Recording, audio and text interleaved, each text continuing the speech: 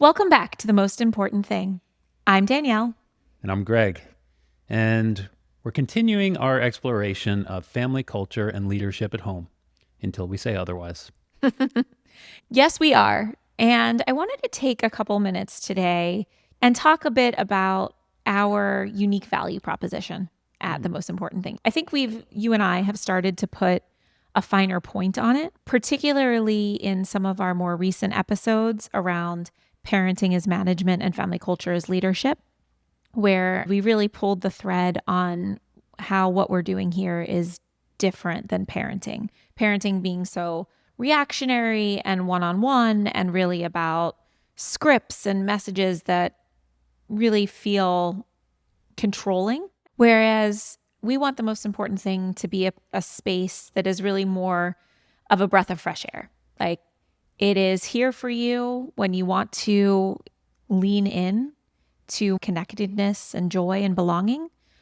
But we know that you're already great parents and having a wonderful time as a family. So it's that coming from a place of competence that I think is the differentiator of what you can expect from us and hopefully why you will want to listen, right? Because as we said in our episode a couple of weeks ago around parenting gurus and the business of anxiety, episode 27, so much of today's parenting messages is coming from a deficit. It's really talking about how we're under-equipped or this is too hard. And I certainly don't ascribe to that. And I know you don't either. And I think a lot of folks at home don't either. We don't need to feel like we are less than in order to want to lean into something. So here at The Most Important Thing, we like to think of it as a vibe, a vitamin, something that we get to focus on family culture and connectedness. Yeah. Does that make sense?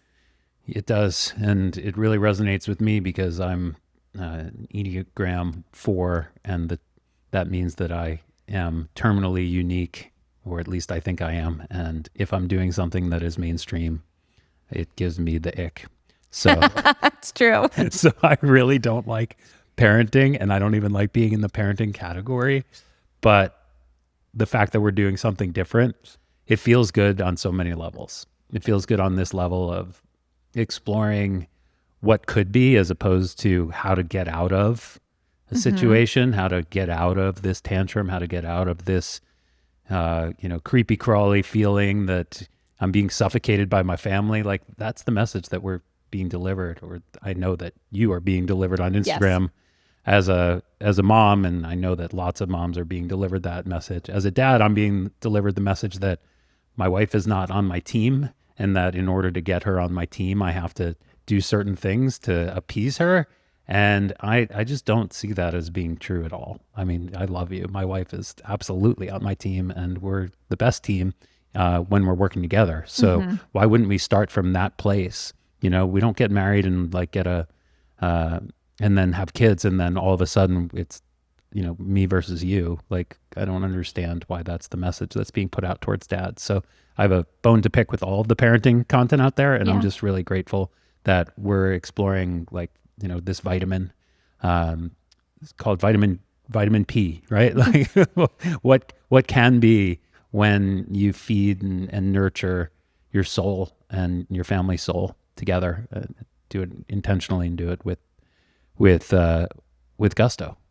Yeah, totally. With gusto. Yeah. I love that.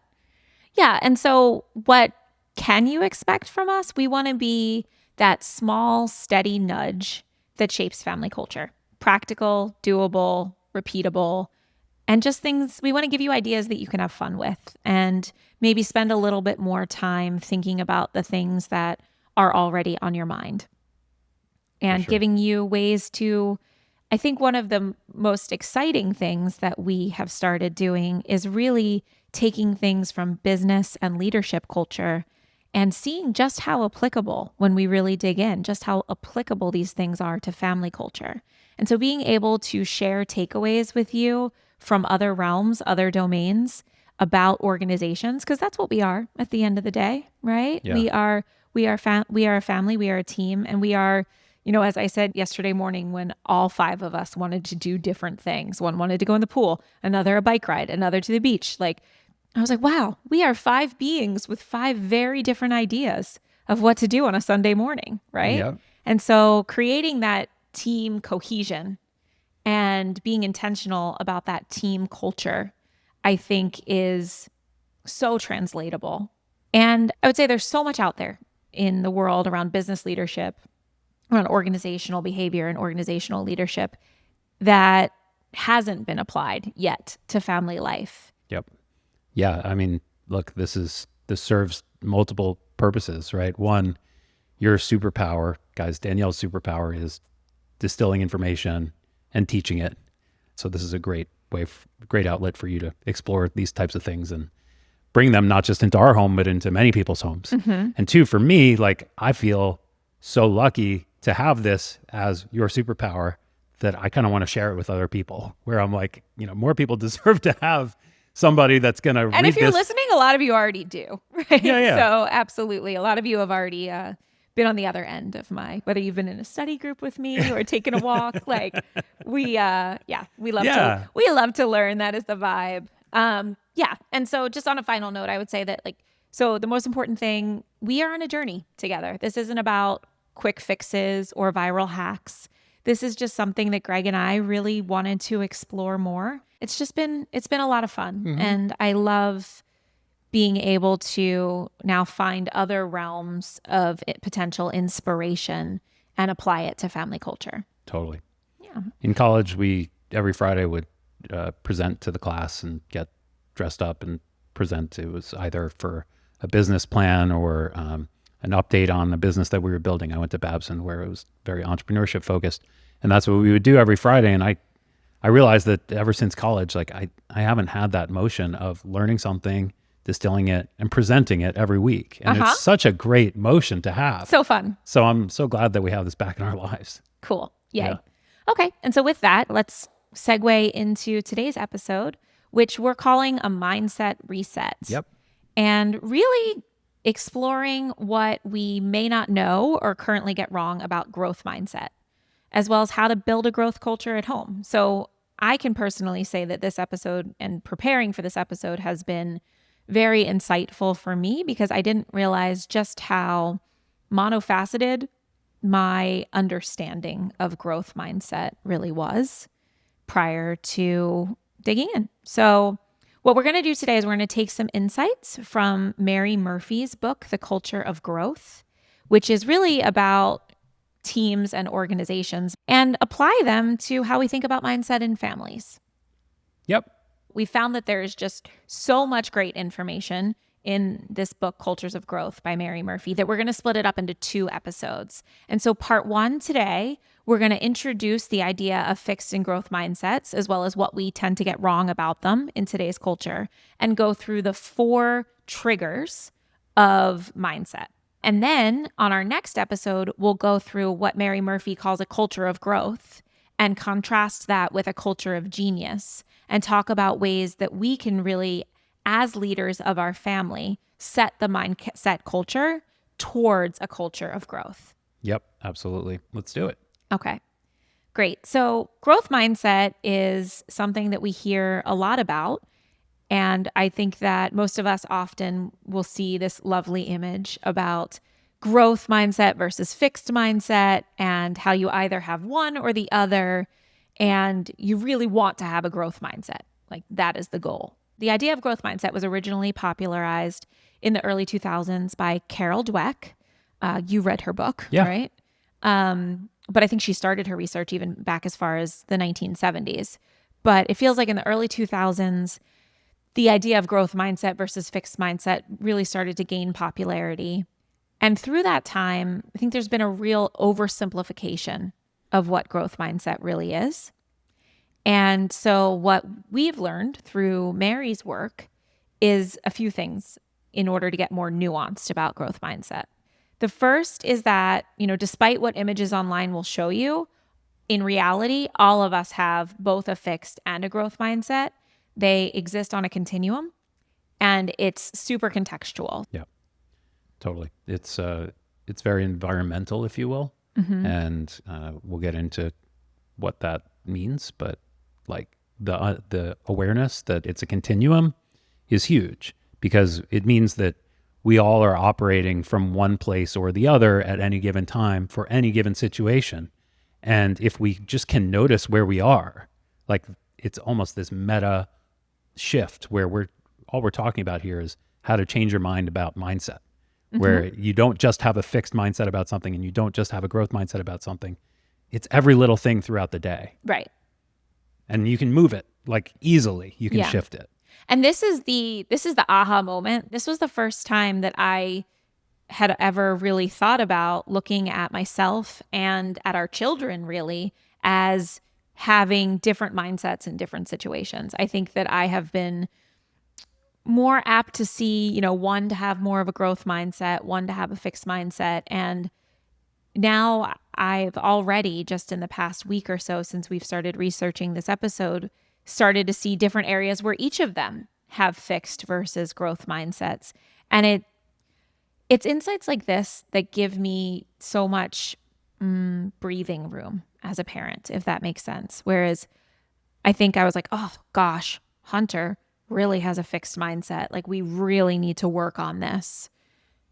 And Jade, she's great. She's got no problem. She has a growth mindset across the board, when that's not necessarily true. It's really about different situations and how they show up. Yeah. Right? And so just this insight alone has helped me feel like, okay, I can pinpoint areas where I don't even have to do anything. It's really just a notice and an observation of certain triggers that are happening within our home or at school, where one of our children is more apt to struggle with it, to stay in a fixed mindset, if you will. Yep. Absolutely. Do you want to talk about some of the triggers that can move us along that continuum that Mary illuminates in her book? I'd love to. So first, when we say triggers, it's a word that can mean both the negative and the positive, right? So I can be triggered negative into a fixed mindset by somebody springing a test on me and saying that I'm going to be graded and evaluated, just solely on this test, and this is going to determine my future, right? That's a big trigger. At the same time, I can be triggered in a positive way through mindset of my own or through other people around me helping me to, say, this is something that I'm here to help you with. I'm here for you. You can be triggered environmentally towards a growth mindset.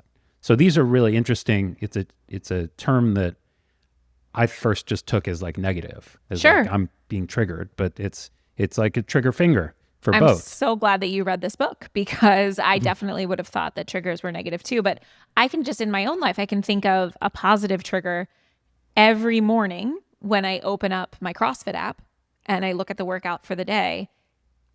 That is a trigger for a growth mindset. Yeah. Truly, because every day I don't want to do whatever is there. And every day I'm like, oh my gosh, this looks so freaking hard. Why did I sign up for this? But I'm just like, line them up, knock them down. Line them up, knock them down. Right. And it's just, I'm going to get through it. This is the RX. This is the prescription. And I'm going to get her done. That's awesome. That's a great notice for me. And obviously we have the same workout and same workout app. Yes. Though I steal everything he does. I open it at night because that's like when I find that I'm weirdly inspired for the workout the next day. I'm like, oh yeah, tomorrow, no problem. I got that. and then going into it in the morning, I'm like, do I really have to do this? But at least like at some point I was telling myself, there you got go. This. There you go. Right? So there's four predictable triggers in mindset, and those are evaluative situations, high effort situations, critical feedback, and my favorite, the success of others. So evaluative situations, really quickly, those are any place where you can be evaluated. That could be your kid at a tryout or a recital, even just like being watched while learning to read or reading aloud could be in an evaluative situation. A couple of examples here, and then my takeaways on each is kind of how I want to structure this. Sure. So an example of a positive trigger came from a Simon Sinek group work project where Simon Sinek said, here's the context. We're doing this group work. You're going to have to come up with 15 ideas in the next 24 hours and present them, each of you. Now, this is not a competition. This is collaborative. And in fact, I know that there are many people in this room that are going to come up with 0 good ideas. But that does not matter to me, because what I also recognize is the people that are having the best ideas probably are not the best people to execute on those ideas. So I love how he shifted people in that room into a place of collaborative group work as opposed to focusing on their individual performance, right? Sure. So could we unpack that a little bit? Yeah. So he had asked each person for 15 of their own ideas. Yeah. And then did he the next day say, oh, but like, haha, just kidding. Like, this is actually about your contributions? Or did he immediately, like, as he was giving the directions? Yeah, he wasn't trying to like psych his team out. He's because I like, that doesn't feel like it would work. But so he said, like, I want everyone to come up with 15 ideas. Yeah. But this is about contribution to the team as a whole. Correct. Okay, so this is about like some of you will have the ideas, some of you will be able to execute on the ideas. Yep, and I don't care. And I don't care. And I just want that you makes me feel better just so already. much better, right? Yeah. Like if you're told, oh, you've got 24 hours to come up with 15 ideas about how we can change our business. I'm like GPT, and then there'll be crap. That's really scary. So I really like that one. The other one that I'm trying to give positive examples of positive triggers. Sure. Yeah, that's a great positive trigger. Yeah. Another positive trigger can be applied to what Mary calls the I know kid. Mm-hmm. So this is a kid that whenever you tell them something, they're like, I know. I've heard this from our children before. Yeah, Jade especially. I've heard this from many children growing up, and what's interesting is that I know is a trigger towards a fixed mindset because it feels like they're being in an evaluative situation. So whatever they're internalizing when you're like, hey, you have to brush your teeth, or like you've got to put on your shoes. And they're like, I know. There's something that's happening where they're feeling like they're being put on display, where there's an evaluative situation. And so their underlying concerns need to be addressed about how their ability will be perceived.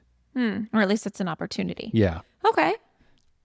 But my favorite of all is just a takeaway here that I think we can apply across the board to our families, to our work, and everywhere we go, which is when someone is overly focused on performance, typically they are under-focused on learning.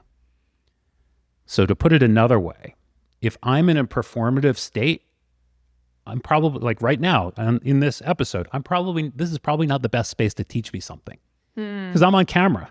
Like, sure. Yeah. And same thing with, any of our children trying to demonstrate competence, right? Like any of them trying to demonstrate competence and show us what they did at school or what they learned at school, they're probably not focused on learning how to do that better. So that's not an opportunity to jump in and be like, oh, here, let me tweak this. Right. I see that a lot with like Hunter's dances. If she just wants to show me her ballet dance, that is not the time to critique. Yep. Because she's focused on performing what she has learned.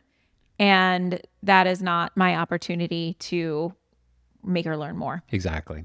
It also makes me think that maybe that's why on The Real Housewives, they are not as interested in learning how to say apologize and take accountability for their behavior. Yeah. Because when people are telling them to, because they're on camera. Totally. And so they're focused, even though it's reality, they're focused on how they look and how they'll be perceived.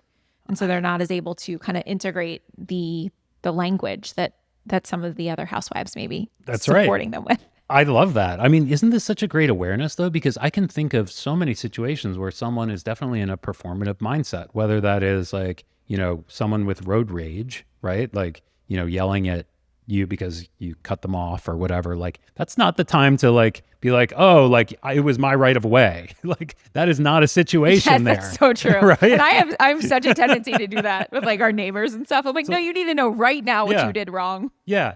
No, like, or, just teaching our kids that somebody who's showing up that way, that's trying to impress one of their friends, like that is not the time to interject and try to get them on side with you about something else. Like they're in a mindset.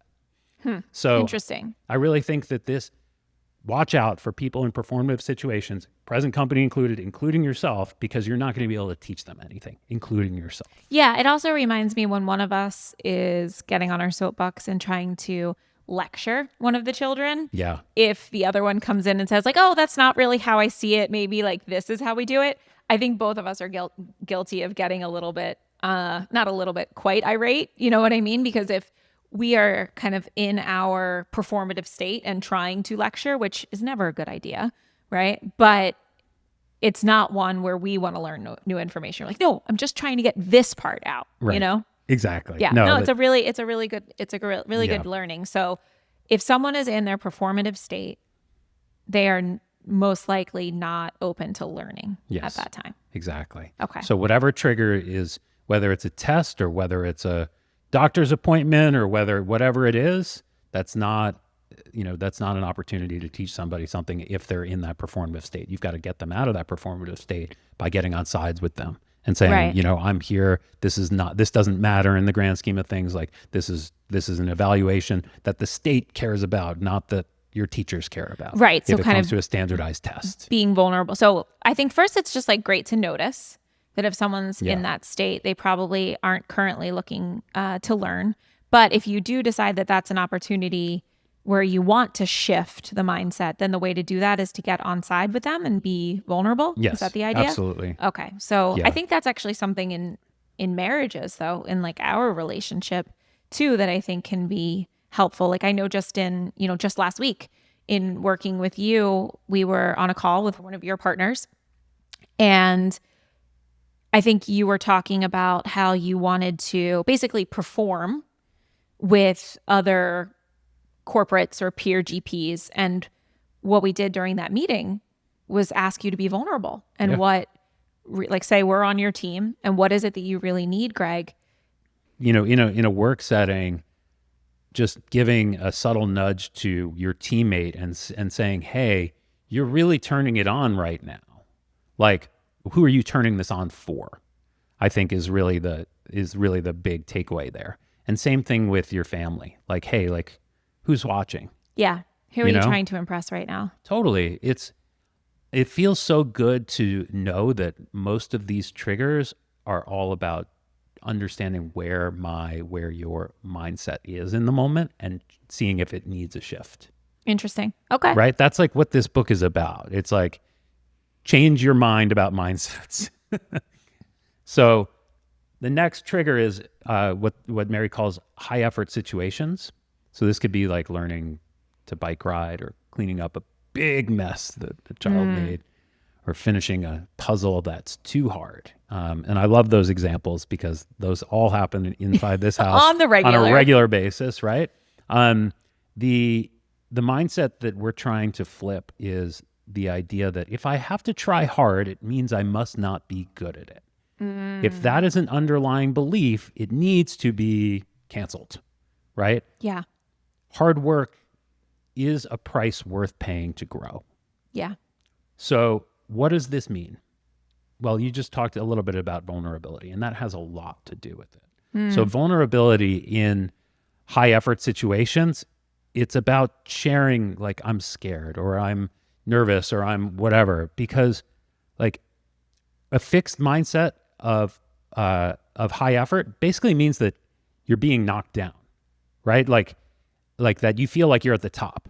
And this is kind of another point that keeps coming up is like, if you feel like you're at the top of your game, then of course you're going to take like an insult, to heart. Whenever something comes up, whenever it's a high effort situation and you fail, or whether there's like critical feedback that's given. Yeah. But if you are coming from a place of vulnerability and like, I don't have this yet, I'm not perfect at this yet, Right. then that's really where the growth happens. And my favorite part about high effort situations is what Mary pointed out, saying you don't see very many of these triggers at the top of people's games. So you don't see somebody, that's competing at the top of their game saying like being triggered by a high effort situation. In fact, it's quite the opposite. They are focused on, wow, what can I do to learn? What can I do to grow? Like, I've got to put in more work because I'm already good at X. Yeah. Right? Right. So this is a trigger that I think is definitely prevalent in our kids and is reinforced by peers, because what looks like it comes easy to one kid and doesn't come so easily to another can be extreme. It can shake you up, right? Totally. And so the takeaway is actually, if we can somehow get our kids to understand that what comes easy to them is not necessarily going to be easier for them to learn. In fact, it's probably going to be harder to learn. Yeah. Because they have this mindset that they're already good at it. Whereas most of the growth for them will actually come on the things that don't come as easily. Right. No, that reminds me of my favorite Bill Belichick quote that I often say here: talent sets the floor, character sets the ceiling. That's right. Right? Because so often the things that I have so many thoughts on this. Like, so often the things that have come easily to me in life are the things that I haven't worked hard to improve. So maybe if I started at I don't know, 6 out of 10 in swimming, which is like the only sport that ever came naturally to me, I never felt like I really wanted to put a lot of effort in improving my form or learning how to go faster, because I felt like I was already the fastest swimmer of my friends growing up, kind of thing. But that's the trick, is that talent sets the floor, and that what you do with it, the character behind it, is what sets the ceiling as far as how far you'll go. And it also reminds me, in Adam Grant's latest book, Hidden Potential, he talks about learning styles and how learning styles are a myth. So at least for me growing up, they were like, oh, are you more of an auditory learner or a visual learner or a kinesthetic learner, right? But according to Adam Grant, there are no such thing as learning styles, because sometimes the mode that is hardest for you is actually the mode where you will process most deeply. Yep. So learning is not always about finding the right method. It's about finding the right method for the task. Yep. No, I mean, even in preparing for this episode, I realized that I have like a speed reading kind of approach to most reading in my adult life, just because I've got lots of information thrown at me, and I scan it all, and then like I kind of internalize the things that I need to and discard the rest. And that doesn't work so well when I'm trying to teach something to somebody. So yes. So what I realized was, it's not that I'm bad at that. It's just that I haven't practiced that, and especially in a really long time. So the muscles that are being strengthened are like, they're there.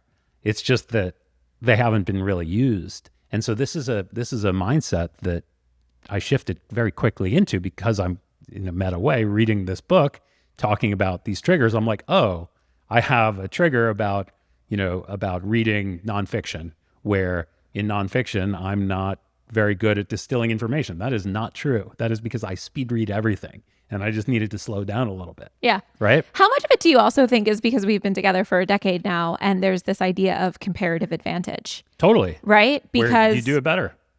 If I do it better, you tend to let me do it. And same with you. I mean, yesterday when we had to change Jade's sheets, I was like, you'll change Jade's sheets, right? Because you do it better. Comparative advantage. Yeah. You do it better. Or there are just so many things that I think, quote, Greg does it better. And I'm realizing, like, no, I can still do it though. Yeah. Right? No, it's a great notice, and it's a great shift.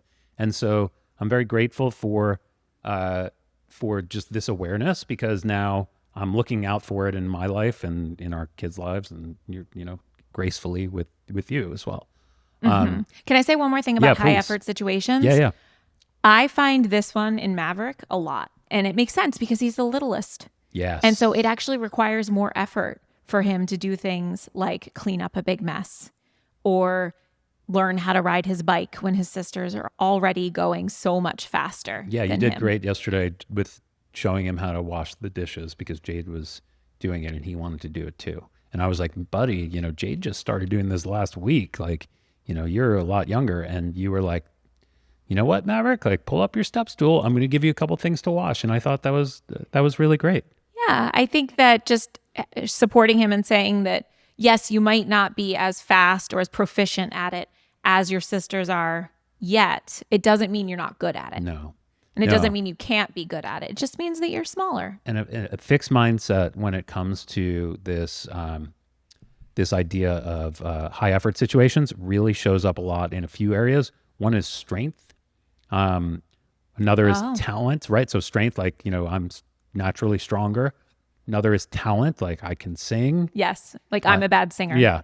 Quote, I identify as a bad singer. Yep. One is entrepreneurship, like these things just come easier to me. And my favorite, though, is passion. And so the idea with passion is that passion is not like a manifest destiny. This passion is bestowed upon you from the age of 4. You had a tennis racket in your hand and therefore you were destined to play tennis. Like that is not how it works. In fact, passion should be something that you struggle to find in a way. Like you need to work hard to figure out what it is that you're interested in, not find what comes easy to you and then lean into that. Because you're going to learn it better is what we're learning is if it doesn't come naturally easy to you, but if you enjoy it. So things that you really enjoy, but that don't come necessarily easy or innately could be this passion of yours as you grow up. Or to think about it another way, like always be searching for your passion as you're learning. Don't be thinking that my passion is, gemstones because I like gemstones and, that's my favorite thing, right? So anyway, I think that passion as a fixed mindset shows up a lot in our society in this idea, like follow your passion. Like lots of people are passionate about like, Netflix, like, I'm passionate about the Housewives, Bravo Housewives, but I'm not going to try to be one or yeah, no, spend all my time watching them. you're not going to try at But all I am to have very passionate about you're it. not going to try at all to have yourself on a video format where you talk about Touche, Greg, things and share touche. in the world. Yeah. I'm also thinking about something that's come up over the past couple of days repeatedly in our home, which is that for whatever reason, Hunter is very triggered by the high effort of going outside and moving her body, Oh, even yes. though she knows it will make her feel better. So, and especially contrasting that with Jade, who loves to, like, cannot wait to get outside and move her body. And Yeah. so when our family goes to do things like go to the beach and go swimming or go for a bike ride, it's very triggering for Hunter. And it's, I think, especially so because it is so easy for her sister Jade. And that's something that we've been talking about a lot more recently. And I haven't, it was a miss on my part, but that's okay. It doesn't matter. I'll think about it another time. That it was actually like her yesterday when she had a meltdown about going outside. It was really her being in a fixed mindset Yeah. about what it took to get her out of the house. Yeah. Yeah. It's just easier to do it when you're not alone and she's not alone. And I think that's the big awareness that she needs to come to is like, she always has a buddy. She's always got a friend, her sister that will lead the pack. She just has to get her shoes on and follow along. Yeah, and I think we'll get to this, but asking for help Yeah. and learning how to pivot. So like what is that first step? Just like put your shoes on or whatever it is. We hear that in like running culture, right? Yeah. People are just like just tie your shoes and that'll get you out the door kind Yep. of thing. Just taking that baby first step. And I think that is something that I understand from high effort situations is just break it apart, Yeah. ask for help and figure out what that pivot might be. Yeah. I mean, look, for Hunter and for you and me, it's probably just getting outside first thing in the morning, which is what we do. That's what it is for me, for Yeah. sure. I mean, I tried to tell her that, I'm 39 now and it took me many, many years to want to move my body. But now I've tightened that feedback loop enough that I know, oh, I moved my body 12 hours ago. Yep. Right? Exactly. That it feels that good and I don't let myself forget. I mean, when she was working out with us before tennis camp, like she loved getting out there. Yeah, and getting doing into things. that So habit. It just takes her a little extra exactly. time. Yep. But it is that high effort trigger is what it is. Yes. Well, she feels like the bar is really high as well to do that. Like it built up in her brain. That Yeah. like, The high effort. yeah. But that's what it is. Yeah. Okay. So, all right. So that's high effort situations. And Yep. then what's the third one? The third trigger is critical feedback. So this seems pretty obvious that feedback is going to plant in our minds, no matter how old or young we are. But actually, critical feedback can be a trigger in towards a growth mindset. And bear with me, Okay. because it's not intuitive, but if you actually think about it, it becomes something that I am now looking for, right? So if we're in a fixed mindset, we're going to hear critical feedback like, oh, your backhand was too low. Like, you got to really kind of break the wrist. And we're going to hear that and we're going to say, well, I guess I'm no good.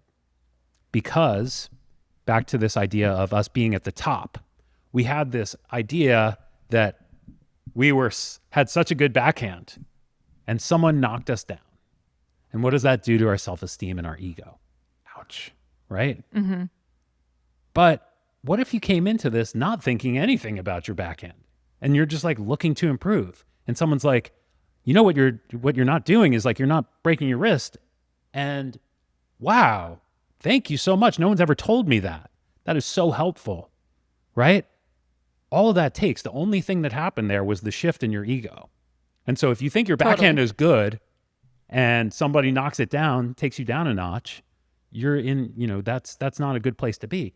But if you're in a growth mindset, you're going to be always looking for critical feedback. And in fact, not just critical feedback, but very, very specific critical feedback. Mm-mm. So if someone says, hey, Danielle, good job on that podcast, you're going to be like, thanks. What did you like about it? For sure. What did you like about it? Specifically, tell me. Like, I need to know. It's interesting because so much of these triggers, as you're going through them and teaching me about them, remind me of Buddhism, straight up. Just like, and this idea that we also hear in salesmanship that I've told you before about wearing loose robes. Yes. So like basically anything that we attach our identity to is ripe for a fixed mindset trigger, is what I'm hearing, really. Yeah. Is that like, if I identify as someone who has a great backhand, which I do, by the way, Yes, and you then do. someone tells me something critical about it that I'm like, that I'm not expecting, right? I'm like, wait a second, my backhand is my best stroke. Like, I don't really want feedback on that. But you're so right that if I can see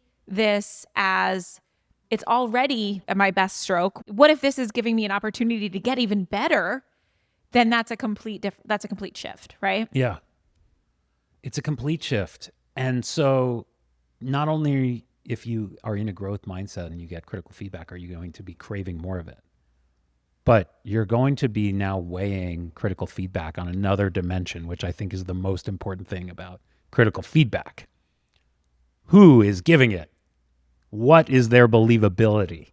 Yes. Well, this is like a life lesson that I feel is so important. Yeah. When we talk about life skills, we were actually saying, Greg and I yesterday at our family meeting, we were like, you know what, maybe we should turn our family learning, do a little like life skills module. Yeah. Things like talent sets the floor, character sets the ceiling, or since we have girls, like the menstrual cycle.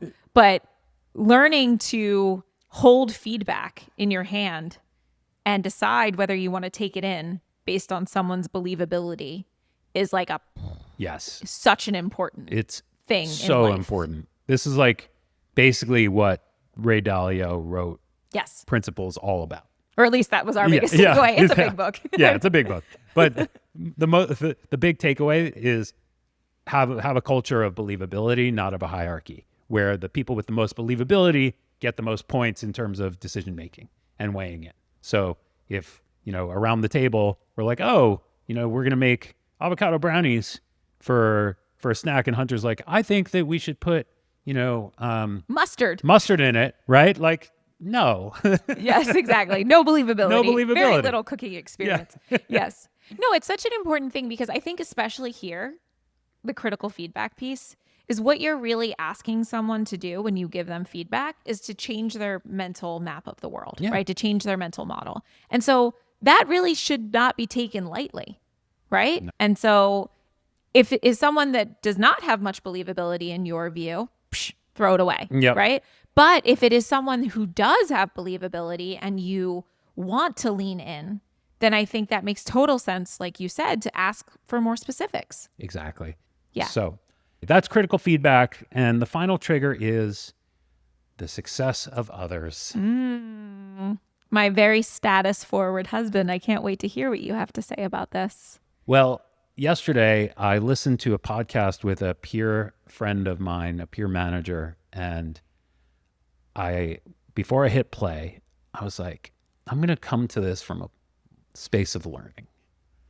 And That's such a big deal yeah, because that's a hard thing to do. it's a hard thing to do. I Yeah. mean, I hear one of my good friends on a podcast and I'm like, oh, like, I'm not going to listen to that. I know everything that he said. Like, I've heard it all before. Why would he have Why- anything useful to say? Exactly. And I'm like, Probably what all of you think about us.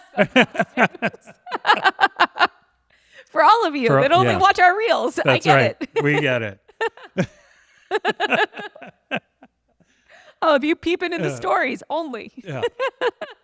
Oh my gosh, that's so funny and so true. It's and totally understandable. Yeah, which is why if you've never met us, thank you for listening because we're gonna be long-term friends. That's right.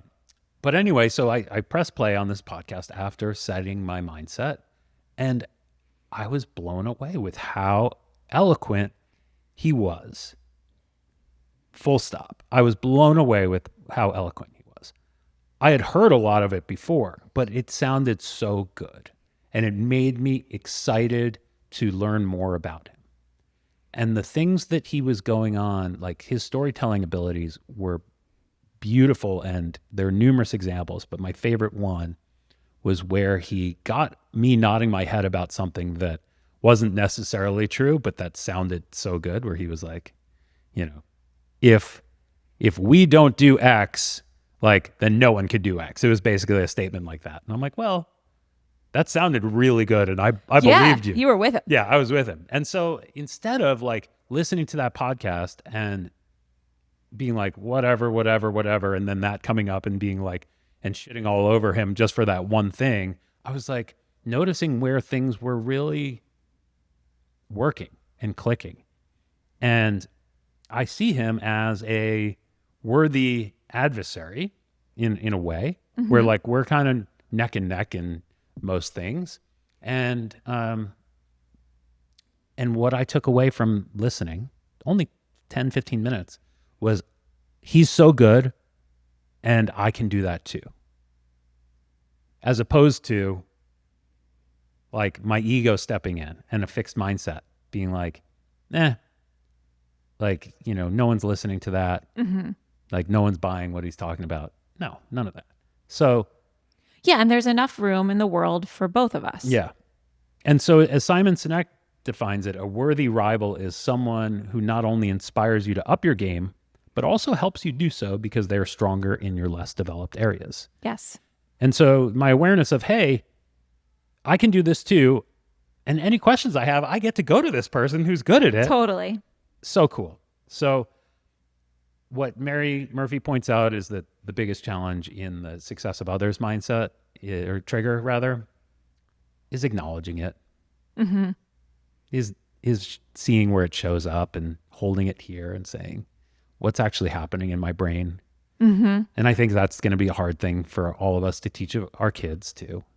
But you're modeling it. And you know what? I think that's a great thing for you to share with the kids. Yeah. Because it isn't an easy thing to do. And it's not one that people see that often. So I think it would be a wonderful thing to make a point of sharing as a family, sharing with our family.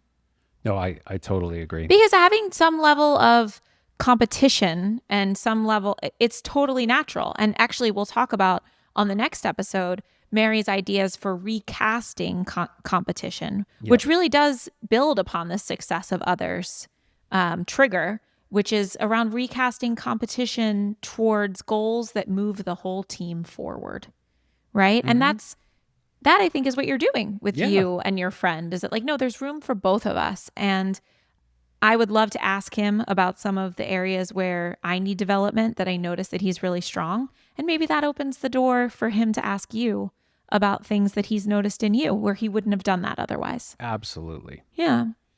Now, this trigger is going to show up in our kids in one other way that probably won't show up so much in it with us as adults, but maybe. As adults, we are coordinated. We have experience doing lots of things. And so just walking around the house and not tripping over our own feet, like we are kind of hard to compete with versus the kids who are developing their fine motor skills and bumping into things and, struggling to hold a fork the right way or a pencil. And I'm not very good at being humble about that. I'm like, ha ha, look at my cartwheel. Ha ha, watch my handstand. That's true. It's so true. It's so true. So we just have to watch out because we are, whether we're aware of it or not, triggering their fixed mindsets all the time. Sure. That's a good notice. Again, coming from a place of competence, right? We don't necessarily have to do anything about it. Yeah. But I think it's a great notice and just kind of one of humility, right? Like, as you're saying this, I'm like, yeah, maybe I don't need to beat them in every race. Yeah. Bingo. I like to. Yeah, right. Right. And I can, but maybe I don't need to. Well, yeah. I mean, you just handicap yourself. Don't throw the race, but handicap yourself. Yes, I do usually. Sometimes I do that. Yeah. Okay, great. Well, I think this has been a really great overview and introduction to Mary Murphy's culture of growth and how we can translate it into family life. If there's one thing that you want our listeners to take away from this episode, what would it be? Yeah, it's for me, it's this idea that anyone who's in a performative state is not in a space of learning. So that means me, that means you, that means your neighbor, that means the kid next to you in class, your teacher, whatever it is. Like we just have to be looking out for these things and know that in order to get somebody to understand us or for us to understand ourselves and to grow, we have to move out of that performative state. That's such a nice notice. It's also a great notice, I think. I'm just realizing as you're saying that, like, maybe the best time to talk to one of our kids' teachers isn't on back to school night. No, it's not. Do you know what I mean? Like, maybe I shouldn't be sharing ideas of things for them to do when they are truly on their like peak performance evening. Yeah, we really need to step into other people's shoes and understand what their mindset is likely to be in a situation. That's a great point. Yeah. So yeah, that's and so we have true. a choice, right? We can, especially with our children, if we see them being performative, either we let it ride and have their moment in the spotlight, right? Yeah. Or if we think that it's an opportunity for growth, that's when we can share our vulnerability, kind of get on the same side and tap into a mindset shift where learning becomes more possible. Yes, absolutely. Okay. Basically, don't give notes on opening night. If you think right? about it that way, like it is what it is at that point. Right. And totally. Then, yeah. Okay. So how about you? Just this idea that a person doesn't have a fixed or a growth mindset. I think I've been so black and white about it. And I won't fault myself too much because I do think that it's been popularized in an oversimplified way that we either have a fixed or a growth mindset. But seeing myself and seeing every member of our family and every member of our community as having both is really a huge awareness for me. Yeah. And so I would love, I'm just happy to share that with everyone, and, perhaps others will resonate with that as well. Cool. Cool. That. Well, thanks everybody so much for being with us. Yeah. We look forward to sharing with you more takeaways on Mary Murphy's culture of growth in part 2. And we'll see you again soon. Yep. Okay, Thanks. great. Love you, Goosey. Love you, Goosey. Hey guys, if you're still here, you're definitely our kind of person. Thanks for spending this time with us on the most important thing. If this episode resonated with you, we'd love for you to follow us wherever you get your podcasts and share it with someone else building family culture on purpose.